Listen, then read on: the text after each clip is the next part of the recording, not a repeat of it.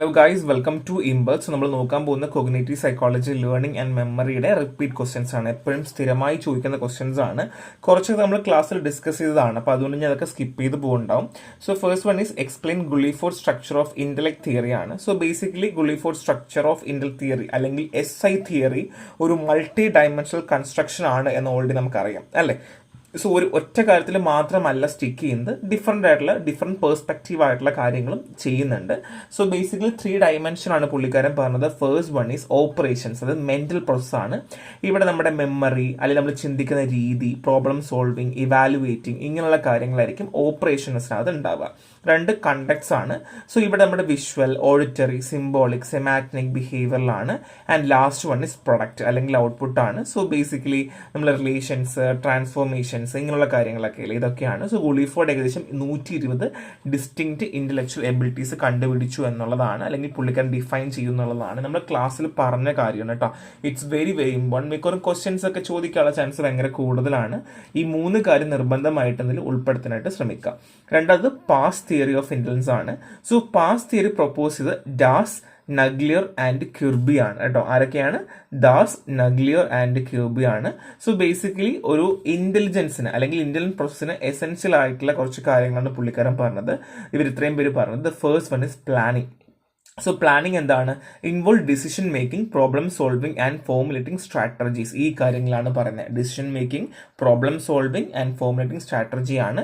So നമുക്കൊരു task ഒക്കെ നമ്മൾ ചെയ്യാൻ പോകുന്നുണ്ടെങ്കിൽ അല്ലെങ്കിൽ നമ്മൾ ടാസ്ക് ചെയ്യണമെന്നുണ്ടെങ്കിൽ അത് നമ്മൾ ഓർഗനൈസ് ചെയ്യണമല്ലോ. അത് നമുക്ക് എൻഷുർ ചെയ്യാൻ വേണ്ടി ഹെൽപ്പ് ചെയ്യുന്ന ഫസ്റ്റ് സ്റ്റെപ്പാണ് എന്ത്? പ്ലാനിങ്. സോ ബേസിക്കലി നമ്മുടെ ഒരു കോഗ്നിറ്റീവ് പ്രോസസ് ഓഫ് ഇന്റലിജൻസിന് ആവശ്യമായിട്ടുള്ള പ്രോസസ്സുകൾ എങ്ങനെയൊക്കെ എന്നുള്ളതിനാണ് പറ്റി പറയുന്നത്. 2 അറ്റൻഷൻ ആണ്. അറ്റൻഷൻ എന്താണ്? അതായത് നമ്മളൊരു കാര്യത്തിനെ ഫോക്കസ് ചെയ്യണം അല്ലേ. സോ നമുക്ക് വേറെ ഒരു ഡിസ്ട്രാക്ഷനും ഇല്ലാതെ അല്ലെങ്കിൽ ഡിസ്ട്രാക്ഷനെ ഇഗ്നോർ ചെയ്തുകൊണ്ട് നമുക്ക് ടാസ്ക് എഫിഷ്യൻ്റ് ആയിട്ട് ചെയ്യാനായിട്ട് പറ്റണം എന്നുള്ളതാണ്. അടുത്ത സൈമൾട്ടേനിയസ് പ്രോസസ്സാണ്. അതായത് നമുക്ക് എന്താണ്? ഒരു പാറ്റേൺ ഫോം ചെയ്യണം അല്ലെ. സൈമൾട്ടേനിയസ് ആയിട്ട് നമ്മൾ ഈ പ്രോസസ് നടന്നുകൊണ്ടിരിക്കണം. ഇപ്പം എക്സാമ്പിൾ പറയുവാണെങ്കിൽ സോൾവിങ് പസിൽസ് അല്ലെങ്കിൽ ഡയഗ്രാം ഇന്റർപ്രറ്റ് ചെയ്യുക, ഇങ്ങനെയുള്ള കാര്യങ്ങൾ. അതായത് റിലേഷൻസ് അറിഞ്ഞുകൊണ്ട് അല്ലെങ്കിൽ പാറ്റേൺസ് അറിഞ്ഞുകൊണ്ട് നമ്മൾ ഇൻഫർമേഷൻസ് വെച്ച് ഇൻറ്റഗ്രേറ്റ് ചെയ്യാനായിട്ട് നമ്മളെ സഹായിക്കുന്നതാണ് സൈമൾട്ടേനിയസ് പ്രോസസ് എന്ന് വെച്ചാൽ. നെക്സ്റ്റ് സക്സസീവ് പ്രോസസ്സാണ്. നമ്മളിതെല്ലാം ഈ പറഞ്ഞ എല്ലാ കാര്യങ്ങളും നമ്മളെല്ലാം കറക്റ്റായിട്ട് ചെയ്ത് കഴിഞ്ഞാൽ ഇതൊരു സീക്വൻസ് പ്രോസസ്സ് പോലെയാണ്. അപ്പോൾ നടന്നുകൊണ്ടേയിരിക്കും. Like decoding sentence, understanding, verbal instruction, ഇങ്ങനെയുള്ള കാര്യങ്ങളൊക്കെ നമുക്ക് മനസ്സിലാക്കാനായിട്ട് പറ്റും കേട്ടോ. സോ സക്സസീവ് പ്രോസസ് ആണ് സീക്വൻഷ്യൽ പ്രോസസ് ഓഫ് ഇൻഫർമേഷൻ ആണ്. Like decoding sentence, understanding, verbal instruction ഉള്ള കാര്യങ്ങളാണ്. സോ ഇതാണ് നമ്മുടെ പാസ്റ്റ് തിയറി എന്നുകൊണ്ട് ഉദ്ദേശിക്കുന്നത്. സോ പാസ്റ്റ് തിയറി എന്ന് പറയുന്നത് ഇപ്പം അന്ന് ഒരുപാട് മാറ്റമുണ്ട് കേട്ടോ. അത് നമുക്ക് ഇത്രയും മാത്രം കാര്യങ്ങളല്ല, വേറെയും കുറേ കാര്യങ്ങളും അല്ലെങ്കിൽ വേറെയും കുറേ സംഭവങ്ങളൊക്കെ ആയിട്ട് നമ്മൾ പറയുന്നത് ഇത് മാത്രമായിട്ടല്ല. സോ ബേസിക് ആയിട്ട് മനസ്സിലാക്കുക, past theory propose by Das, Naglieri and Kirby ആണ്.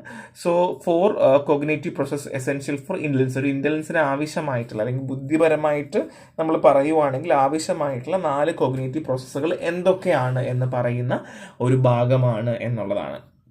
അടുത്ത next one is explain the comprehensive model of language processing. നമ്മൾ എങ്ങനെയാണ് ലാംഗ്വേജ് പ്രോസസ്സിങ്? സിമ്പിളാണ്. ഈ 5 കാര്യങ്ങൾ നിങ്ങൾ നിർബന്ധമായിട്ടും എഴുതിയിരിക്കണം. ഒരാൾ ഒരു ലാംഗ്വേജ് മനസ്സിലാക്കി അത് സംസാരിക്കണം എന്നുണ്ടെങ്കിൽ ഈ 5 കാര്യങ്ങൾ അത്യാവശ്യമാണ്. The first one is phonological processing. So അതായത് ഇപ്പം എക്സാമ്പിൾ പറയുവാണെങ്കിൽ സ്പീച്ച് സൗണ്ട് റെക്കഗ്നൈസ് ചെയ്യുക, അല്ലെങ്കിൽ പ്രൊഡ്യൂസ് ചെയ്യാനായിട്ട് പറ്റുക, അല്ലെങ്കിൽ പ്രൊനൗൺസിയേഷൻ എങ്ങനെയാണ്, ഓഡിറ്ററി കോംപ്രഹെൻഷൻ എങ്ങനെയാണ്, ഇതുമായി ബന്ധപ്പെട്ട കാര്യങ്ങളാണ് എവിടെ വരിക? ഫോണോളജിക്കൽ പ്രോസസ്സിങ്ങിനകത്ത് വരിക. അപ്പോൾ എന്തൊക്കെയാണ്? Speech sound, critical for pronunciation and auditory comprehension. And next one is morphological processing ആണ്. ഇവിടെ എങ്ങനെയാണെന്ന് വെച്ചാൽ വേർഡിന്റെ സ്ട്രക്ചർ ഇല്ലേ, അതെങ്ങനെയാണ്, പ്രിഫിക്സ് എങ്ങനെയാണ്, സഫിക്സ് എങ്ങനെയാണ് എന്നുള്ള കാര്യങ്ങളാണ് ഇവിടെ കൂടുതലായിട്ട് ശ്രദ്ധിക്കുക. Morphological processing. Next one is syntactic processing ആണ്. ഇവിടെ എന്ന് വെച്ചാൽ involve construction and interpreting sentence structure. ഒരു സെന്റൻസിന്റെ സ്ട്രക്ചർ, അതായത് തുടക്കം മുതൽ അവസാനം കുത്തിടുന്നത് വരെയില്ലേ, ആ ഒരു പരിപാടി. ഇത് ഗ്രാമാറ്റിക് ആക്യുറസി ഉണ്ടോ ഇല്ലയോ നോക്കുന്നതിന് നമ്മൾ എന്ത് പറയാ? സിൻടാക്റ്റിക് പ്രോസസ് എന്ന് പറയാം. നെക്സ്റ്റ് സെമാറ്റിക് പ്രോസസ് ആണ്. തിരിഞ്ഞു പോകരുത്. സിൻടാക്റ്റിക്കും ഉണ്ട്, സെമാറ്റിക്കും ഉണ്ട്. സോ സെമാറ്റിക് പ്രോസസ് എന്ന് വെച്ചാൽ able to derive meaning from word and sentence aiding comprehension. So basically comprehension ആണ് പറയുന്നത്. വേർഡ്, സെന്റൻസ് എന്നൊക്കെ നമുക്ക് മീനിങ്സ് മനസ്സിലാക്കി നമ്മളത് അറിയുന്ന രീതിയിൽ അതായത് നമ്മൾ സെമാറ്റിക് പ്രോസസ് അല്ലെങ്കിൽ ഒരു വേർഡ്, സെന്റൻസ് ഒക്കെ ചെയ്യുമ്പോൾ ഒരു മനസ്സിലാക്കി അർത്ഥം മനസ്സിലാക്കി നമ്മൾ കൺസ്ട്രക്ട് ചെയ്യുന്നതും ബന്ധപ്പെട്ടിരിക്കും കേട്ടോ. അത് മാത്രമല്ല, മനസ്സിലാക്കി എഴുതുന്നത് മാത്രമല്ല, അത് നമ്മൾ മനസ്സിലാക്കുന്നതും അത് ബന്ധപ്പെട്ട കാര്യമാണ്. So next one is pragmatics ആണ്. The social use of language like tone, context പറയില്ലേ, നമുക്ക് ബഹുമാനത്തോടെ സംസാരിക്കാം, ബഹുമാനം ഇല്ലാതെ സംസാരിക്കാം. അതായത് നീ അത് ചെയ്യണം, നീ ചെയ്യോ എന്ന് ചോദിക്കുന്ന പോലെ ആ ഒരു ടോൺ, കണ്ടെക്സ്റ്റ്, കമ്മ്യൂണിക്കേഷൻ എങ്ങനെയാണ്, അല്ലെങ്കിൽ ഏത് രീതിയിൽ എഫക്റ്റീവായിട്ട് ലാംഗ്വേജ് ഉപയോഗിക്കണം, ഇങ്ങനെയുള്ള കാര്യങ്ങളാണ് അതുമായി ബന്ധപ്പെട്ടുള്ളത്. അപ്പോൾ എന്തൊക്കെയാണ് പറഞ്ഞത്? Phonological process, morphological process and syntactic process and semantic process and pragmatic ആണ്, മറന്ന് പോകരുത്. So next one is difference between language disorder and speech disorder. So ഒരാൾ വരുവാണ്, ലാംഗ്വേജ് ഡിസോർഡർ എന്താ, സ്പീച്ച് ഡിസോർഡർ എന്താ ചോദിച്ചാൽ മനസ്സിലാക്കേണ്ട ആവശ്യമുണ്ട്. ലാംഗ്വേജ് ഡിസോർഡർ എന്ന് വെച്ചാൽ നമുക്ക് അണ്ടർസ്റ്റാൻഡ് ചെയ്യാൻ പറ്റാത്തത്, അല്ലെങ്കിൽ ഡിഫിക്കൽട്ടി ഇൻ അണ്ടർസ്റ്റാൻഡിങ് എന്നാണ്. സോ സ്പീച്ച് ഡിസോർഡർ വെച്ചാൽ difficulty in producing speech sound clearly. നമുക്ക് ഒരു കാര്യം ക്ലിയർ ആയിട്ട് നമുക്ക് സംസാരിക്കാൻ പറ്റാത്തതിനാണ് നമ്മൾ സ്പീച്ച് ഡിസോർഡർ എന്ന് പറയുക. സോ ലാംഗ്വേജ് ഡിസോർഡർ ഞാൻ പറഞ്ഞല്ലോ, അണ്ടർസ്റ്റാൻഡ് ചെയ്യാൻ പറ്റുന്നില്ല. ഇപ്പം നിങ്ങളെ കൊണ്ടുപോയിട്ട് തമിഴ്നാട്ടിൽ ഇട്ട് കഴിഞ്ഞാൽ തമിഴ് മനസ്സിലാക്കാൻ പറ്റാതെ വരുന്നൊരവസ്ഥ ഉണ്ടാവില്ല, അല്ലെങ്കിൽ മനസ്സിലാക്കി ഉപയോഗിക്കാൻ പറ്റാത്തൊരവസ്ഥ വരില്ല. അത് ലാംഗ്വേജ് ഡിസോർഡറും. എന്നാൽ നിങ്ങൾക്ക് സംസാരിക്കാൻ പറ്റുന്നില്ല, അല്ലെങ്കിൽ നിങ്ങൾക്ക് വിക്ക് വരുന്നു, അത് സ്പീച്ച് ഡിസോർഡർ പോലെയാണ് നമ്മൾ പറയുക കേട്ടോ. സോ നേച്ചർ പറയുവാണെങ്കിൽ എക്സ്പ്രഷൻ, കോംപ്രഷൻ ഒക്കെ ഒരുപാട് ബാധിക്കാറുണ്ട്. സ്പീച്ച് ഡിസോർഡറിൽ ഫ്ലുവൻസി, വോയിസ് ക്വാളിറ്റി ഒക്കെ ബാധിക്കാറുണ്ട്. എക്സാമ്പിൾ ഡിസ്ലെക്സിയ, അഫാസിയാണ് ലാംഗ്വേജ് ഡിസോർഡറിൽ. പിന്നെ speech disorder stuttering and articulation disorders ഒക്കെ, അല്ലെങ്കിൽ സ്ലേർഡ് സ്പീച്ച് ഒക്കെ വരില്ലേ, അതൊക്കെയാണ് എക്സാമ്പിൾ വരിക. സോ ലാംഗ്വേജ് ഡിസോർഡർ വരാനുള്ള കാരണം ന്യൂറോളജിക്കൽ ആകാം, അല്ലെങ്കിൽ ഡെവലപ്മെന്റ് ഫാക്ടേഴ്സ് ആകാം. ഒരു പ്രായം തികഞ്ഞ് ജനിക്കുന്നില്ല, അങ്ങനത്തെ കോസിലൊക്കെ നമുക്ക് ലാംഗ്വേജ് ഡിസോർഡർ ഉണ്ടാകാം. സ്പീച്ച് ഡിസോർഡർ അങ്ങനെയല്ല, ഫിസിക്കൽ ഇഷ്യൂസ് ആയിരിക്കും. സോ ക്ലെഫ്റ്റിന്റെ ഒക്കെ പ്രശ്നം വരാം, വോക്കൽ കോഡ് പ്രോബ്ലം ഒക്കെ വരാം കേട്ടോ. അതായത് അവർക്ക് എന്തെങ്കിലും സൗണ്ട് പ്രൊഡ്യൂസ് ചെയ്യാൻ പറ്റാത്ത ബോക്സ്, അല്ലെങ്കിൽ നമുക്ക് പറയുമല്ലോ ഈ വോക്കൽ ബോക്സിനൊക്കെ പ്രശ്നം ഉണ്ടാവാറുണ്ട്. സോ ട്രീറ്റ്മെന്റ് എങ്ങനെയാണ് ലാംഗ്വേജ് ഡിസോർഡറിൽ ചെയ്യുക വെച്ചാൽ വൊക്കാബുലറി, ഗ്രാമർ, കോംപ്രഹെൻഷൻ, അതായത് നമുക്ക് മാക്സിമം അവരെ കൊണ്ട് അത് മനസ്സിലാക്കി കൊടുക്കുക, അല്ലെങ്കിൽ ലാംഗ്വേജ് മനസ്സിലാക്കി എടുപ്പിക്കുക എന്നുള്ളതാണ് നമ്മൾ മെയിനായിട്ട് ചെയ്യേണ്ടത്.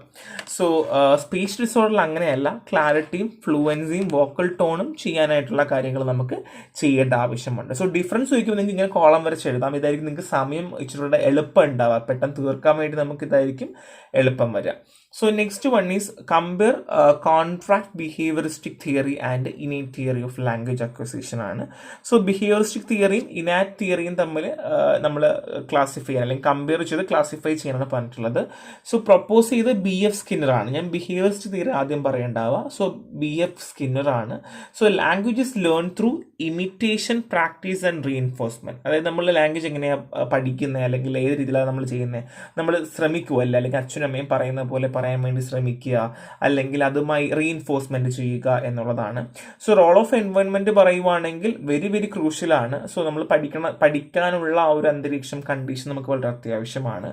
മെക്കാനിസം പറയുവാണെങ്കിൽ operant conditioning where correct response are rewarded. So നമുക്കിപ്പോൾ ബേസിക്കലി കുട്ടികൾ നമ്മളൊരു കാര്യം പറഞ്ഞു കഴിഞ്ഞാൽ അത് കറക്റ്റ് അതുപോലെ പറയുവാണെങ്കിൽ നമുക്ക് എന്ത് ചെയ്യാം, റിവാർഡൊക്കെ ചെയ്യുന്ന രീതിയിൽ നമുക്ക് എന്ത് ചെയ്യാം, ഇത് കൊണ്ടുവരാൻ പറ്റും എന്നാണ് ബിഹേവിയറിസ്റ്റിക് തിയറിക്കകത്ത് പറയുന്നത്.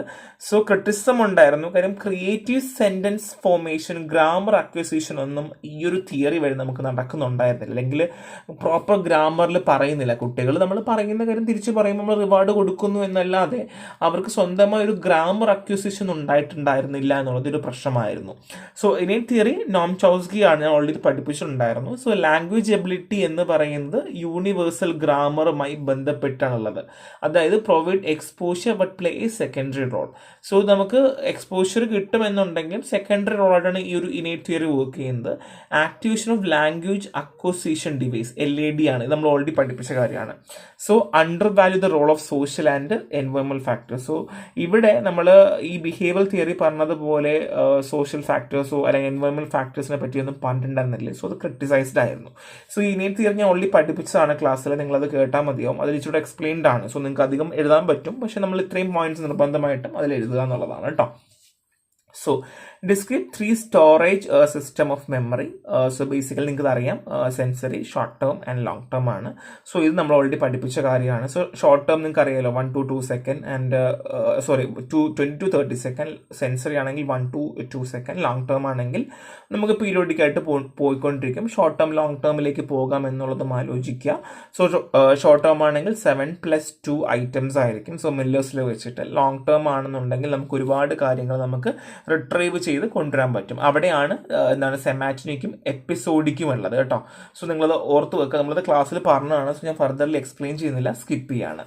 So explain the concept of intelligence question and Alfred Binet's contribution. So എന്താ ഇൻ്റലിജൻസ് ക്വസ്റ്റ്യൻ? സോ നമ്മൾ ഐക്യു മെഷറിൽ നിന്ന് ബുദ്ധി പരിശോധിക്കുക. നമുക്ക് പ്രായത്തിനോടുള്ള ബുദ്ധി ഉണ്ടോ എന്ന് നമ്മൾ പരിശോധിക്കുന്ന രീതിയാണ് എന്ത്?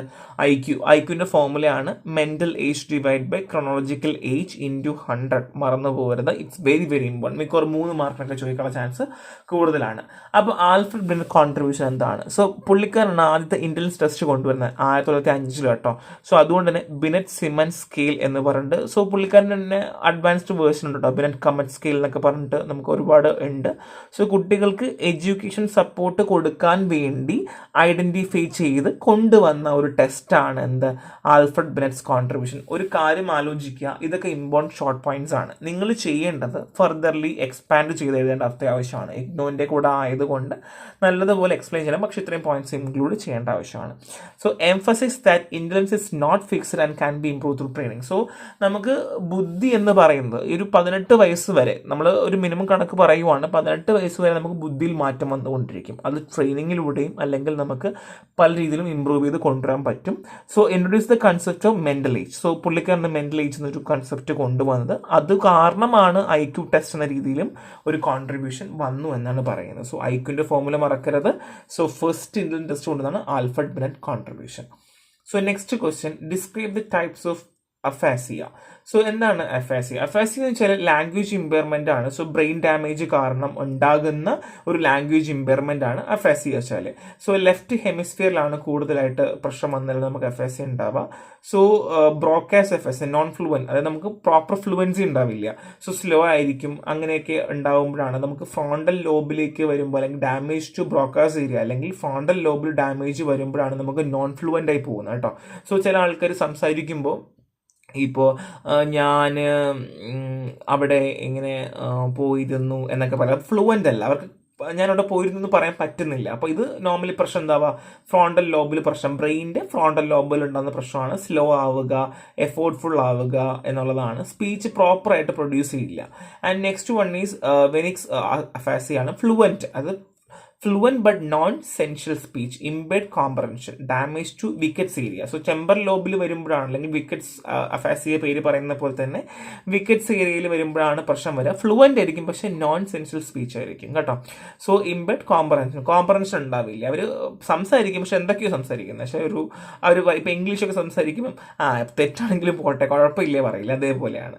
നെക്സ്റ്റ് വൺ ഇസ് ഗ്ലോബൽ അഫാസിയാണ്. സോ സെവറൽ ഇമ്പയർമെൻ്റ് ആയിരിക്കും, അതായത് ബോത്ത് സ്പീച്ച് പ്രൊഡക്ഷൻ ഉണ്ടാകും, കോംപ്രഹെൻഷനിലും പ്രശ്നം ഉണ്ടാവും. സ്പീച്ചും പ്രൊഡ്യൂസ് ചെയ്യാൻ പറ്റുന്നുണ്ടാവില്ല, കോംപ്രഹെൻഷനിലും പ്രശ്നം ഉണ്ടാവും.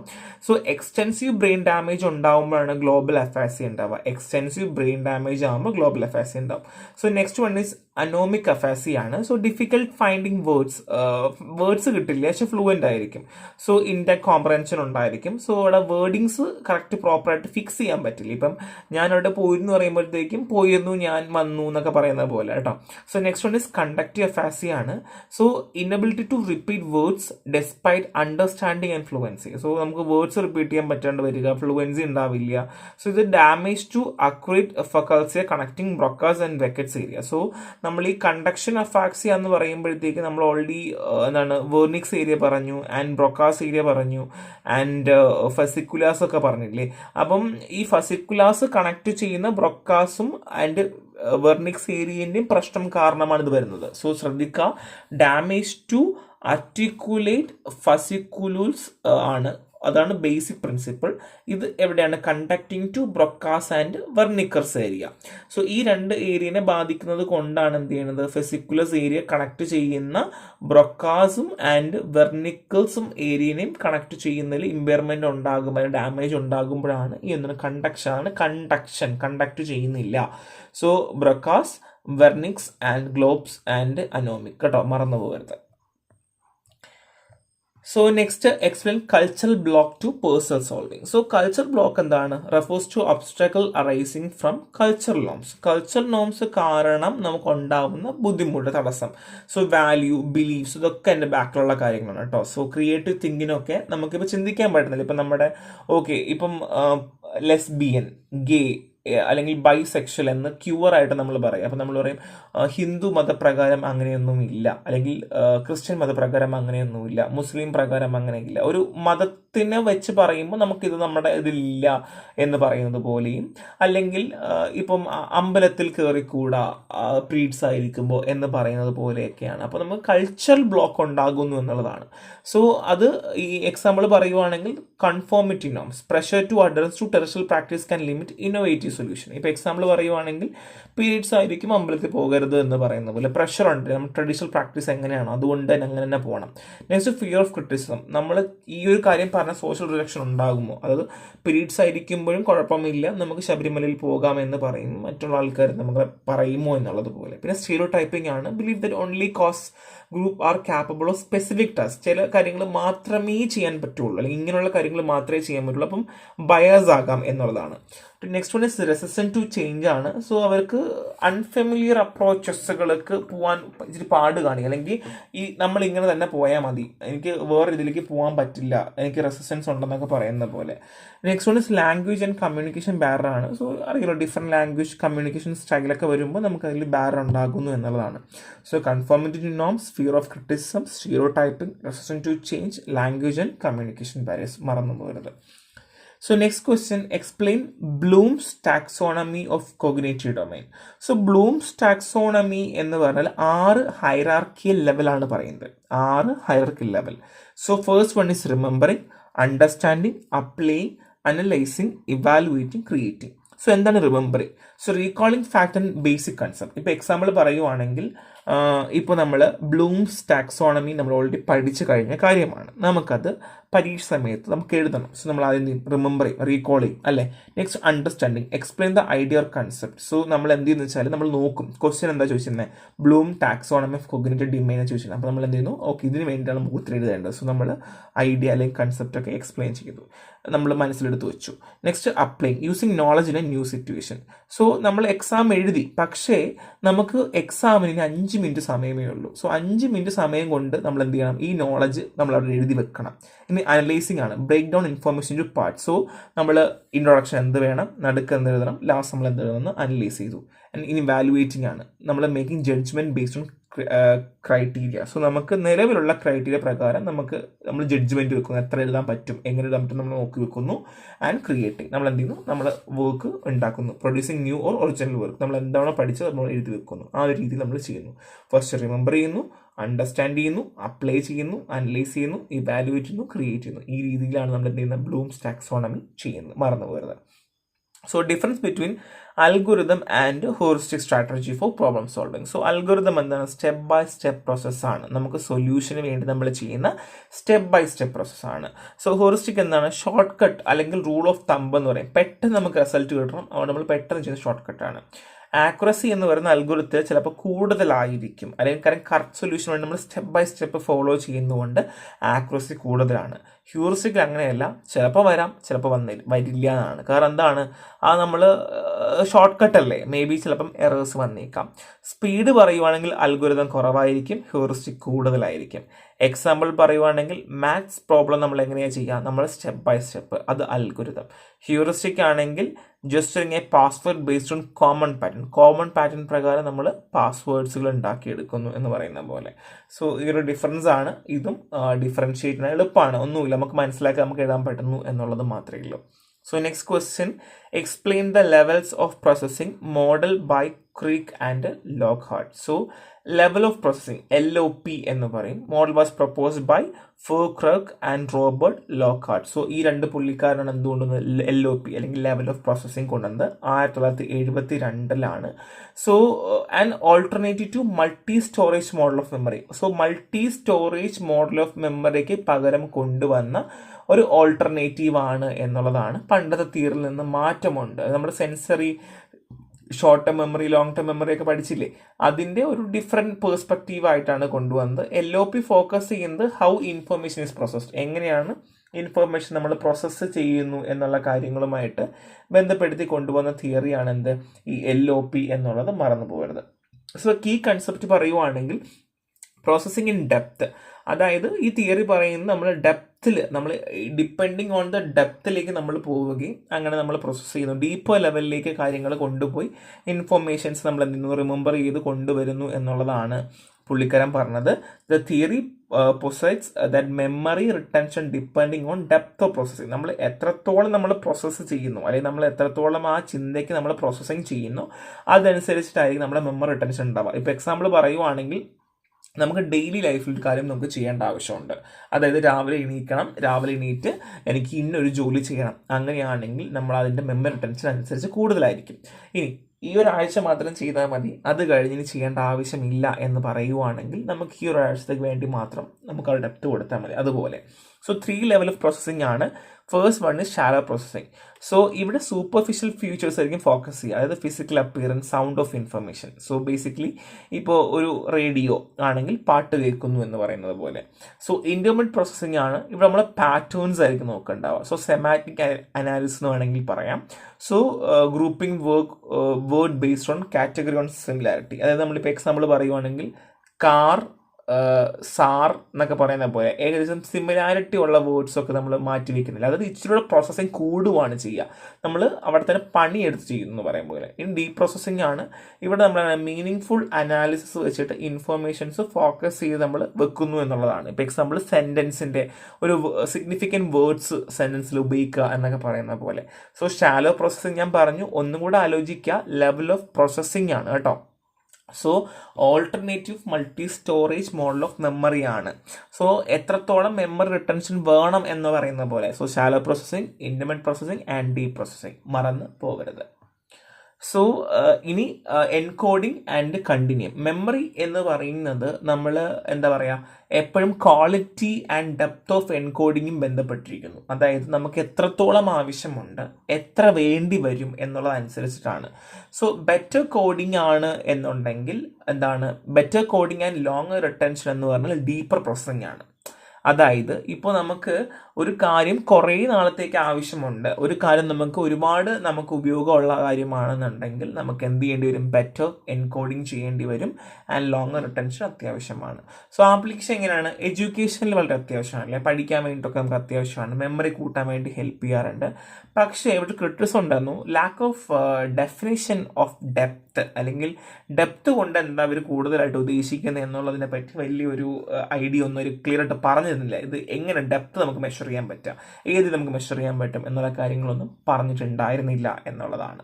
So next one is NUALS approach of problem solving ആണ്.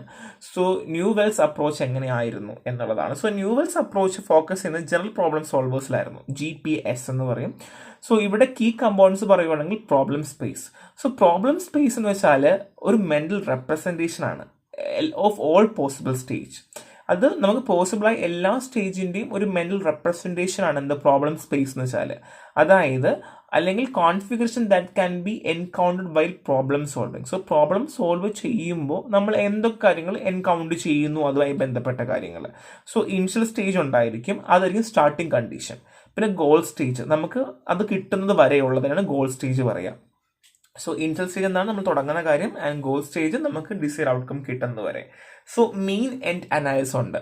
സോ ഇവിടെ എന്താണെന്ന് വെച്ചാൽ central heuristic is NUALS problem solving framework. So ഞാൻ ഓൾറെഡി പറഞ്ഞു ഹ്യൂറിസ്റ്റിക് അപ്രോച്ച് എന്താണെന്ന് ഓൾറെഡി ഞാൻ പറഞ്ഞു. നമ്മൾ ഷോർട്ട് ടേം അല്ലെങ്കിൽ തമ്പ് അല്ലെങ്കിൽ നമ്മളൊരു ഒരു പെട്ടെന്ന് ക്വിക്ക് സൊല്യൂഷൻ കണ്ടുപിടിക്കുക എന്ന് ഞാൻ പറഞ്ഞല്ലോ. സോ ഇവിടെ നമ്മൾ പ്രോബ്ലംസിനെ ബ്രേക്ക് ഡൗൺ ചെയ്യുന്നു, സ്മോൾ സബ് ഗോളുകളാക്കി വെച്ചതിന് ശേഷം നമ്മൾ അപ്രോച്ച് ചെയ്യുന്ന രീതിയാണ് മീൻ എൻഡ് അനാലിസിസ് പറയുവാണെങ്കിൽ. ഇപ്പോൾ example solving a maze by analysing which step bring you to close to exit. അതായത് നമുക്ക് ഒരു മേസ് വന്നാൽ നമ്മൾ നോക്കും നമുക്ക് ഏറ്റവും അടുത്തുകൂടെ പോകാൻ പറ്റുന്ന, നമുക്ക് പുറത്തേക്ക് ഇറങ്ങി പോകാൻ പറ്റുന്ന രീതിയിലുള്ള വഴി നമ്മൾ ഐഡന്റിഫൈ ചെയ്യുന്നത് പോലെ mean end analysis. Okay, so next one is production system ആണ്.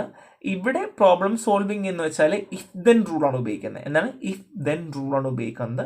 These rule dictate the action or decision to take at each step based on constitution. നിലവിലത്തെ സിറ്റുവേഷൻ അനുസരിച്ചിട്ട് ഏത് സ്റ്റെപ്പാണ് എടുക്കേണ്ടത്, എന്തോ കാര്യങ്ങൾ നമ്മൾ ചെയ്യേണ്ടത് എന്നുമായി ബന്ധപ്പെട്ടതാണ് ഇഫ് ദെൻ റൂൾ എന്ന് പറഞ്ഞാൽ. നെക്സ്റ്റ് സെർച്ച് പ്രോസസ്സാണ്. ഇവിടെ നമ്മൾ പ്രോബ്ലം സോൾവ് ചെയ്യുന്നത് സെർച്ചിലൂടെ ഇരിക്കും. പ്രോബ്ലം സ്പേസ്, അതായത് നമ്മൾ ഈ പ്രോബ്ലത്തിന്റെ സ്പേസ് എപ്പോഴും ഐഡന്റിഫൈ ചെയ്യുന്നത് നമുക്ക് ഏത് രീതിയിൽ ഒപ്റ്റിമൽ പാത്ത്, എങ്ങനെ ഒപ്റ്റിമൽ പാത്ത് കണ്ടുപിടിക്കാം, ഏത് രീതിയിൽ നമുക്ക് ഗോൾ സെറ്റ് ചെയ്യാം എന്ന് പറയുന്ന പോലെ. ഇവിടെ 2 ടൈപ്പ് ഓഫ് സെർച്ച് ഉണ്ടാവാറുണ്ട്. ബ്ലൈൻഡിങ് സെർച്ചും ഉണ്ട്, ഹ്യൂറിസ്റ്റിക് സെർച്ചും ഉണ്ട്. സോ ബ്ലൈൻഡിങ് സെർച്ച് എങ്ങനെയാണ്, നമ്മൾ എത്ര വേണമെങ്കിലും എക്സ്പ്ലോർ ചെയ്യും, സ്ട്രാറ്റജി ഒന്നുമില്ല. ഹ്യൂറിസ്റ്റിക് അങ്ങനെയല്ല, നാരോ ആയിരിക്കും, നമുക്ക് സൊല്യൂഷൻ എഫിഷ്യൻ്റ് ആയിട്ട് നമുക്ക് ആവശ്യമാണ്. സോ അതുമായി ബന്ധപ്പെട്ട് നമ്മൾ പോകുന്നു എന്ന് പറയുന്ന പോലെ. സോ പ്രോബ്ലം സ്പേസിങ് എന്ന് ഞാൻ പറഞ്ഞു, എന്താണ് ഇനിഷ്യലും ഗോൾ സ്റ്റേജും. മീഡിയൻ സ്റ്റേജ് പറഞ്ഞു, ഇവിടെ നമ്മൾ എന്താണ് സ്മാർട്ട് സബ് ഗോൾസുകളാക്കി വെക്കുകയാണ് ചെയ്യുക. സോ ബേസിക് ക്വിക്കായിട്ട് നമുക്ക് സാധനം വേണം അല്ലേ. പ്രൊഡക്ഷൻ സിസ്റ്റം എന്താണ്, ഇഫ് ദെൻ റൂൾ പറഞ്ഞു. സെർച്ച് പ്രോസസ് എന്ന് പറഞ്ഞു, ബ്ലൈൻഡ് സെർച്ചും ഉണ്ട്, ഹ്യൂറിസ്റ്റിക് സെർച്ചും ഉണ്ട്. സോ കീ ഫീച്ചേഴ്സ് പറയുകയാണെങ്കിൽ സിംബോളിക് റെപ്രസെൻറ്റേഷൻ ആണ്, അൽഗോരിതമിക് പ്രിസിഷൻ ഉണ്ടായിരുന്നു, ഫോക്കസ് ആൻഡ് പ്രോസസ്സിംഗ് ഉണ്ട്. സോ ഇത് കീ ഫീച്ചേഴ്സ് ആണ്. It's not so important, extra point add ചെയ്താണ്, നമ്മൾ ടെക്സ്റ്റ് ബുക്കിൽ ഇല്ല കേട്ടോ, ഈ സാധനം ഇല്ല, ഞാൻ എക്സ്ട്രാ ആഡ് ചെയ്തതാണ്. നിങ്ങൾക്ക് വേണമെങ്കിൽ മാത്രം ഒന്ന് വായിച്ചു വെക്കാം. ആപ്ലിക്കേഷനും ഇല്ല, ഞാനത് എക്സ്ട്രാ കൊടുത്തതാണ്. മേ ബി 10 മാർക്കൊക്കെ ചോദിച്ച് നമുക്ക് എഴുതണമല്ലോ. So artificial intelligence, cognitive psychology and education ആണ്. സോ നിങ്ങൾക്ക് ജസ്റ്റ് വായിച്ചു വെച്ചാൽ മാത്രം മതി കേട്ടോ. So next one is explain Sternberg's triarchic theory of intelligence ആണ്. സോ സ്റ്റോക്ബർഗിന്റെ ട്രൈആർക്കി തിയറി പറയുവാണെങ്കിൽ ബേസിക്കലി 3 ആസ്പെക്ട് ഓഫ് ഇന്റലിജൻസ് ആണ് പറയുന്നത്. സോ ഒന്നും കൂടെ പറയാം, സ്റ്റെർബർഗ് ട്രൈആർക്കി തിയറി ആണ്. സോ 3 ആസ്പെക്ട്സ് ഓഫ് ഇന്റലിജൻസ് പറയുന്നത്. The first one is analytical intelligence. അവിടെ problem solving, logical reasoning, analysing situation. So problem solving നിങ്ങൾക്ക് എന്താണെന്ന് അറിയാം, ലോജിക്കൽ റീസണിങ് അറിയാം, അനലൈസിങ് സിറ്റുവേഷൻ എന്താണെന്ന് അറിയാം. So next one is creative intelligence ആണ്. Ability to generate new idea and adapt to novel situation. So പുതിയ idea generate ചെയ്യുക, novel സിറ്റുവേഷനുമായിട്ട് അഡാപ്റ്റ് ചെയ്യുക, അതാണ് എന്ത് ക്രിയേറ്റീവ് ഇന്റലിജൻസ് എന്ന് വെച്ചാൽ. Next one is practical intelligence ആണ്. നമുക്ക് അറിയുന്ന ഇൻഫർമേഷൻസ് വെച്ച് റിയൽ വേൾഡ് കോണ്ടെക്സ്റ്റിൽ നമ്മൾ ഡെയിലി ടാസ്കുകൾ നമ്മൾ എങ്ങനെ അപ്ലൈ ചെയ്യുന്നു, അതുമായി ബന്ധപ്പെട്ട കാര്യമാണ് പ്രാക്ടിക്കൽ ഇന്റലിജൻസ് പറഞ്ഞാൽ. സോ ഈ സ്റ്റെർബർഗ്സ് ട്രൈആർക്കി തിയറി ഒക്കെ മിക്കവാറും 3 മാർക്കിന് ചോദിച്ചപ്പോഴും കാണാറുണ്ട്. സോ നോക്കി വെക്കുക, analytical intelligence, creative intelligence and practical intelligence. So ഇനിയുമുണ്ട്, തീർന്നിട്ടില്ല. ഇന്റർപേഴ്സണൽ ഇന്റലിജൻസ് ഉണ്ട്. സോ ഇവിടെ skill in understanding, interacting with others effectively, മറ്റുള്ള ആൾക്കാരായിട്ട് നമ്മളെ സ്കില്ലൊക്കെ ഉപയോഗിച്ച് എങ്ങനെ നമ്മൾ സംസാരിക്കുന്നു. സോ ഇൻട്രാപേഴ്സണൽ ഇന്റലിജൻസ് ആണ്. സോ നമ്മൾ മറ്റൊരാളുടെ ഇമോഷൻ മനസ്സിലാക്കി നമ്മൾ എങ്ങനെ നമ്മൾ മനസ്സിലാക്കിയെടുക്കുന്നു, ഇന്നർ സെൽഫ് ഒക്കെ മനസ്സിലാക്കുന്ന രീതിയാണ്. So next one is naturalistic intelligence ആണ്. So sensitivity to nature, living organism and environment. So നമ്മൾ അത് ബയോളജിസ്റ്റ് ഇപ്പം എക്സാമ്പിൾ പറയുന്ന പോലെ. So next one is lateral addition ആണ്. So existential intelligence. So capacity to ponder deep question about existence and life. നമ്മൾ ജീവിക്കുന്നത് എന്തിനു വേണ്ടിയിട്ടാണ്, നമ്മൾ ജീവിക്കുന്നുണ്ടോ എന്നൊക്കെ നമ്മൾ ചോദിക്കില്ലേ. ഫിലോസഫേഴ്സ്, തിയോളജിഷ്യൻസ് ഇല്ലേ, ഇത് അവരെ പോലെ നിങ്ങൾ എന്തിനാണ് ജീവിക്കുന്നത്, നിങ്ങൾ ജീവിക്കുന്ന അർത്ഥം എന്താണെന്ന് ചോദിക്കത്തില്ല, അതുപോലെ അങ്ങനെയുള്ള കാര്യങ്ങളൊക്കെ കേട്ടോ. സോ കീ ഫീച്ചേഴ്സ് ഞാൻ പറഞ്ഞതുപോലെ IQ ടെസ്റ്റിന് വേണ്ടിയിട്ടും ഇന്റലിജൻസ് ഒക്കെ അറിയാൻ വേണ്ടിയിട്ടൊക്കെ നമ്മൾ ഒരുപാട് ഹെൽപ്പ് ചെയ്യാറുണ്ട്. ആപ്ലിക്കേഷൻ നിങ്ങൾ വായിക്കുക, ഇതും എക്സ്ട്രാ പോയിന്റ് ആണ് കേട്ടോ. സോ ഒന്നും കൂടെ പറയാം, ഈ സ്റ്റെർബർഗ്സ് ട്രൈആർക്കി തിയറിയാണ്. Analytical intelligence, creative intelligence, practical intelligence, interpersonal intelligence, intrapersonal, naturalistic and existential. ഇത്രയും നിങ്ങൾ എഴുതണം. എത്രയുണ്ട്, 4, 5, 6, 7 പോയിന്റ് ഉണ്ട്. 7 പോയിന്റ് എഴുതിയേ പറ്റൂ, എന്നാൽ നിങ്ങൾക്ക് മാർക്ക് കിട്ടുള്ളൂ കേട്ടോ. So next question, explain gardens theory of multiple intelligence. So gardens theory ആണ്. സോ ഇവിടെ 8 ടൈപ്പ് ഓഫ് ഇന്റലിജൻസ് പുള്ളിക്കാരൻ കണ്ടുപിടിച്ചു, ഗാർഡനർ കണ്ടുപിടിച്ചു. ഈ ഒരു കാര്യം മാത്രമേ ഉള്ളൂ. സോ ലിംഗ്വിസ്റ്റിക് ഇന്റലിജൻസ് എന്താണ്, കമ്മ്യൂണിക്കേഷനും എക്സ്പ്രഷനുമാണ്. ലോജിക്കൽ മാത്തമാറ്റിക്കൽ ഇന്റലിജൻസ്, അത് പ്രോബ്ലം സോൾവിങ്, കോംപ്ലക്സ് പാറ്റേൺ മനസ്സിലാക്കുക, റീസണിങ് മനസ്സിലാക്കുക, അങ്ങനെയുള്ള കാര്യങ്ങൾ. ആൻഡ് മ്യൂസിക്കൽ ഇന്റലിജൻസ്, അത് സൗണ്ട്, റിതം, ടോൺ, മ്യൂസിക്കിന് സെൻസിറ്റിവിറ്റി കാണിക്കുക. ആൻഡ് ബോഡി കൈനസ്തെറ്റിക് ഇന്റലിജൻസ്, അത് നമ്മൾ physical activity, body expression ideas. ഇപ്പോൾ എക്സാമ്പിൾ നമ്മൾ മസിൽ കാണിച്ചു കണ്ട മസിൽ ഉണ്ടെന്ന് പറയില്ലേ, അതേപോലെ ലൈക്ക് ഡാൻസ് കളിക്കുന്നവർ, ജിമ്മിൽ പോകുന്നവർ, സർജൻസ്, ഇതൊക്കെയാണ് കേട്ടോ. So next one spatial intelligence ആണ്. Able to visualise and manipulate object in space. So നമുക്ക് വിഷ്വലൈസ് ചെയ്യാനും മാനിപ്പുലേറ്റ്, ആകാശം കണ്ടു പറയില്ലേ, കാറിനെ പോലെ ഇരിക്കുന്നു അല്ലെങ്കിൽ മാങ്ങയെ പോലെ ഇരിക്കുന്നു എന്നൊക്കെ പറയാറില്ലേ, അതുപോലെ കേട്ടോ. ആർക്കിടെക്ചർ, ആർട്ടിസ്റ്റിക് ഡിസൈൻ, അതൊക്കെയാണ് എക്സാമ്പിൾ. ഇതൊക്കെ നമ്മുടെ സ്കിൽ സെറ്റ് അനുസരിച്ചുള്ള എക്സാമ്പിൾ ആണ് കേട്ടോ. So linguistic, logical, musical and bodily and spatial. So next one is single vs dual system hypothesis of language എന്തെന്നാണ്. സോ ഞാൻ ഇതിന്റെ കീ ഡിഫറൻസ് ഓൾറെഡി ഞാൻ കൊടുത്തിട്ടുണ്ട്. സോ ഇത് നോക്കുന്ന ഇച്ചിരി ബെറ്റർ വരും കേട്ടോ. So single system hypothesis share system of both language. Dual ആണെങ്കിൽ separate system for each language. ഇപ്പൊ എക്സാമ്പിൾ ലാംഗ്വേജുമായി ബന്ധപ്പെട്ടാണ് നമ്മളിത് പറയുന്നത്. സോ രണ്ട് ലാംഗ്വേജും ഒരേപോലെ സിസ്റ്റം ഷെയർ ചെയ്യുന്നെങ്കിൽ സിംഗിൾ സിസ്റ്റം ഹൈപ്പോസിസ് എന്ന് പറയും. ഇപ്പൊ എക്സാമ്പിൾ നിങ്ങൾക്ക് തമിഴും അറിയാം ഇംഗ്ലീഷും അറിയാം, രണ്ടും എന്ത് ചെയ്യുന്നു ഒരേ സിസ്റ്റം ഷെയർ ചെയ്യുന്നുണ്ടെങ്കിൽ അത് സിംഗിൾ സിസ്റ്റം. ഡുവൽ സിസ്റ്റം ആണെങ്കിലോ രണ്ട് ലാംഗ്വേജും രണ്ട് രീതിയിൽ. സോ ന്യൂറൽ റെപ്രസെൻഷൻ പറയുകയാണെങ്കിൽ ഓവർലാപ്പിംഗ് ബ്രെയിൻ റീജൻ. സോ ബ്രെയിൻ്റെ റീജൻ ഓവർലാപ്പ് ചെയ്യുന്നു, അങ്ങോട്ടും ഇങ്ങോട്ടും ഓവർലാപ്പ് ചെയ്യും. ഡുവൽ ആണെങ്കിൽ ഡിസ്റ്റിങ്ക്റ്റ് ആയിട്ടുള്ള ന്യൂറൽ പാറ്റേൺ ഉണ്ടായിരിക്കും. സോ ക്രോസ് ലിംഗ്വിസ്റ്റിക് ഇൻഫ്ലുവൻസ് പറയുവാണെങ്കിൽ most likely is language shared structure. So ലാംഗ്വേജിൽ നിന്ന് ഒരു സ്ട്രക്ചർ ഷെയർ ചെയ്യുന്നുണ്ടാകും. സോ ഡുവൽ സിസ്റ്റത്തിൽ എന്ത് ചെയ്യുന്നു ഇൻഡിപെൻഡൻ്റ് ആയിരിക്കും. ഇപ്പം എക്സാമ്പിൾ നമ്മൾ ക്രോസ് ലിംഗ്വൽ ഇൻഫ്ലുവൻസ് പറയുന്നത് വെച്ചാൽ ഇപ്പം നമുക്ക് തമിഴിൽ നമുക്ക് സംസാരിക്കണം, അപ്പോൾ നമ്മൾ എന്ത് ചെയ്യുന്നു ഇംഗ്ലീഷ് ലാംഗ്വേജിനെ തമിഴിലേക്ക് കൺവേർട്ട് ചെയ്യും. ഇപ്പം നമ്മുടെ മദർ ടങ്ക് മലയാളമാണെങ്കിൽ നമ്മൾ എന്ത് ചെയ്യുന്നു ഇംഗ്ലീഷ് സംസാരിക്കാൻ വേണ്ടി മലയാളത്തിൻ്റെ ഭാഷനെ ഇംഗ്ലീഷിലേക്ക് കൺവേർട്ട് ചെയ്യും അല്ലേ. അപ്പോൾ അവിടെ എന്ത് നടക്കുന്നു ഓവർലാപ്പിംഗ് ചെയ്യുന്നു, അല്ലെങ്കിൽ നമ്മൾ എന്ത് ചെയ്യുന്നു സെയിം സ്ട്രക്ചർ ഷെയർ ശ്രമിക്കുന്നു. ഡുവൽ അങ്ങനെയല്ല, ഇൻഡിപെൻഡൻ്റ് ആയിരിക്കും. ന്യൂറൽ പാറ്റേൺസ് ഉണ്ടായിരിക്കും, ഡിസ്റ്റിങ്ക്റ്റ് ആയ ന്യൂറൽ പാറ്റേൺസ് ഉണ്ടായിരിക്കും. ഇത്രയും മനസ്സിലായല്ലോ. ഇനി നമുക്ക് കാര്യത്തിലടക്കാം. Single system hypothesis suggest the bilingual individual have unified system of managing multiple language. So multiple language നമ്മൾ ഉപയോഗിക്കുന്നു.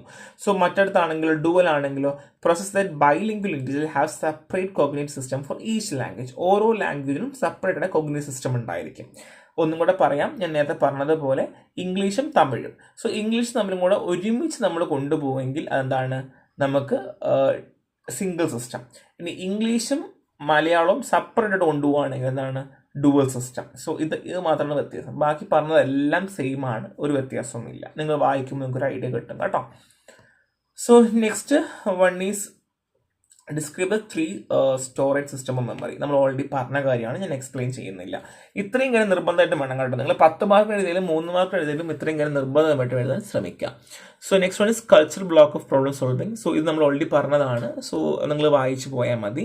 സോ അഫാസി ഞാൻ ഓൾറെഡി പറഞ്ഞു, അതും റിപ്പീറ്റ് ആണ്. ബ്ലൂംസ് ടാക്സോണമി റിപ്പീറ്റ് ആണ്. സ്റ്റെർബർഗ്സ് ട്രയർക്കി റിപ്പീറ്റ് ആണ്. ആൻഡ് ഗാർഡൻസ് തിയറി റിപ്പീറ്റ് ആണ്. Cognitive neuro science. സോ എന്താ cognitive neuro science? So cognitive neuro സയൻസിൽ ഒരു Inter disciplinary study of brain process ആണ്. ബേസിക്കലി മെന്റൽ ഫംഗ്ഷൻ അറിയാൻ വേണ്ടി, like perception, memory, language, problem solving ഒക്കെ അറിയാൻ വേണ്ടി ഹെൽപ്പ് ചെയ്യുന്ന ഒരു ഇന്റർ ഡിസിപ്ലിനറി സ്ട്രക്ചറാണ്. സോ കീ ആസ്പെക്ട്സുകൾ പറയുവാണ് എന്നുണ്ടെങ്കിൽ എക്സാമിൻ ന്യൂറോണൽ ആക്ടിവിറ്റി എങ്ങനെയാണ് നടക്കുന്നത്, കോഗ്നേറ്റീവ് എബിലിറ്റീസിനെ എൻഹാൻസ് ചെയ്യുന്ന രീതി എങ്ങനെയാണെന്നുള്ള കാര്യങ്ങളൊക്കെയാണ്.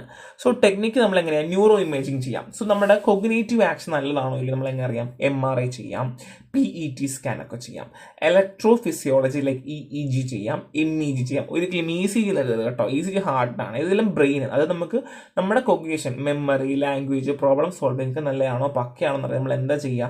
ബ്രെയിനിന്റെ ഫംഗ്ഷൻസ് നോക്കേണ്ട. അപ്പം ബ്രെയിനുമായി ബന്ധപ്പെടുത്തിയ കാര്യങ്ങൾ വേണം നമ്മൾ എഴുതാൻ കേട്ടോ. സോ ആപ്ലിക്കേഷൻ പറയുവാണെങ്കിൽ അൽഷിമേഴ്സ്, പാർക്കിൻസോൺസും പോലുള്ള ന്യൂറോളജിക്കൽ ഡിസോർഡേഴ്സ് അറിയാൻ പറ്റും. ബ്രെയിൻ കമ്പ്യൂട്ടർ ഇന്റർഫേസുകൾ നമ്മൾ ഡെവലപ്പ് ചെയ്യാൻ സാധിക്കുന്നുള്ളതാണ്. And artificial intelligence and machine language അല്ലെങ്കിൽ മെഷീൻ ലേണിംഗ് സിസ്റ്റം നമുക്ക് എന്ത് ചെയ്യാൻ പറ്റും? എൻഹാൻസ് ചെയ്യാൻ പറ്റും എന്നുള്ളതാണ്. അപ്പോൾ ഇത്രയും കാര്യമാണ്. സോ ഇത് സിമ്പിളാണ്, ഒന്നുമില്ല. ബേസിക് ക്വസ്റ്റ്യൻ ഇത്രയേ ഉള്ളൂ. കോഗ്നിറ്റീവ് ന്യൂറോ സയൻസ് എന്താണ്, അപ്പോൾ നമ്മൾ എന്തൊക്കെയാണ് അതിൻ്റെ ആപ്ലിക്കേഷൻ, ടെക്നിക്കൽ യൂസ് ഒക്കെ നമുക്ക് എഴുതാൻ പറ്റും എന്നുള്ളതാണ്. Memory consolidation and hippocampus ആണ്, അല്ലെങ്കിൽ hippocampus. So memory consolidation is the process of stabilising and storing information from short term memory to long term memory. So ഞാൻ ഓൾറെഡി ഷോർട്ട് ടേം മെമ്മറിയും long term മെമ്മറിയും പറഞ്ഞപ്പോൾ ഒരു കാര്യം പറഞ്ഞു. Long term memory എന്ന് പറയുന്നത് ഷോർട്ട് ടേം മെമ്മറിയിലേക്ക് കൺവേർഷൻ ആണ് ഞാൻ പറഞ്ഞു അല്ലേ.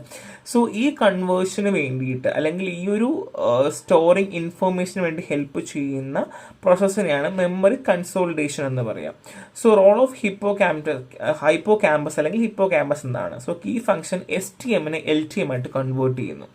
സോ എപ്പിസോഡിക് ആൻഡ് ഡിക്ലറേറ്റീവ് മെമ്മറീസിലേക്ക് നമ്മൾ സ്പെഷ്യലി എന്ത് ചെയ്യുന്നു? ഫോക്കസ് ചെയ്യുന്നുള്ളതാണ്.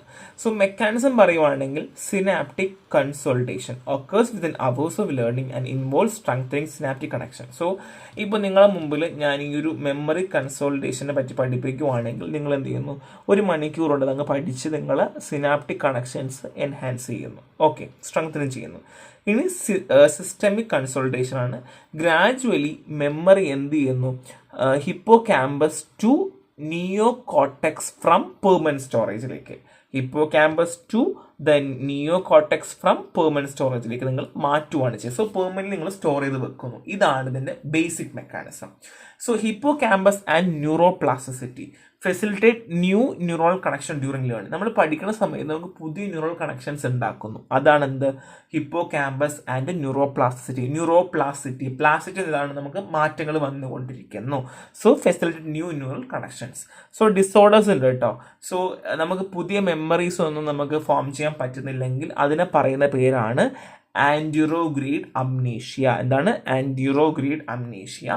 സോ ഡാമേജ് ടു ഹിപ്പോ അല്ലെങ്കിൽ ഹൈപ്പോ ക്യാമ്പസ് ആണെങ്കിൽ ആൻറ്റിറോഗ്രീഡ് അംനേഷ്യ ഉണ്ടാവുന്നു. കണ്ടീഷൻ ലൈക്ക് അൽഷീമസ് ഡിസീസ് ഒക്കെ ഉണ്ടാവാനുള്ള ചാൻസ് കൂടുതലാണ്. സോ നമുക്ക് FMRI ഇപ്പോൾ ടെക്നിക്ക് ഉപയോഗിച്ചുകൊണ്ട് നമുക്ക് എന്ത് ചെയ്യാൻ പറ്റും, ഈ ഹിപ്പോ ക്യാമ്പൽ ആക്ടിവേഷൻ നമുക്ക് നടക്കാൻ പറ്റുമെന്ന് പറയുന്നുണ്ട്. സോ അതൊക്കെ റിസർച്ച് നമുക്ക് ഇതിലും കുഴപ്പമുണ്ടാവില്ല. ആനിമൽ സ്റ്റഡീസ് ഉണ്ട് കേട്ടോ, റാറ്റ്സിലൊക്കെ കാണിക്കുന്ന സ്റ്റഡീസ് ഉണ്ട്. നമുക്ക് അതിൻ്റെ ആവശ്യമില്ല, അത് എക്സ്ട്രാ പോയിന്റ് ആണ്. സോ നിങ്ങൾ ഇത്രയും മനസ്സിലാക്കി വെക്കുക. സോ എന്താണ് STM ടു LTM ആണ്. ആ ഒരൊറ്റ ബേസിക് കാര്യം മാത്രം മനസ്സിലാക്കി വെക്കുക. ഇത്രയേ ഉള്ളൂ, സിമ്പിളാണ്. എനിക്കറിയാം ക്ലാസ് ഇച്ചിരി ഫാസ്റ്റ് ആയിരുന്നു, നമുക്ക് പെട്ടെന്ന് തീർക്കണമല്ലോ, നമുക്കറിയാം മണിക്കൂറോട് തീർക്കണമല്ലോ. അതാണ് നമുക്ക് ബേസിക് പ്രിൻസിപ്പിൾ. പക്ഷേ കൺസെപ്റ്റ് മനസ്സിലാക്കി വെക്കുക. ക്ലാസ് കേട്ടതിന് ശേഷം നിങ്ങൾക്ക് നോട്ട് വായിക്കുമ്പോൾ ഒരു ഐഡിയ ക്ലിയർ ആയിട്ട് കിട്ടുന്നുണ്ടാവും. സോ ക്വസ്റ്റ്യൻസ് റിപ്പീറ്റ് ആണ്, നോക്കി തന്നെ പോവുക. സോ നെക്സ്റ്റ് ക്ലാസ് കാണാം. Thank you.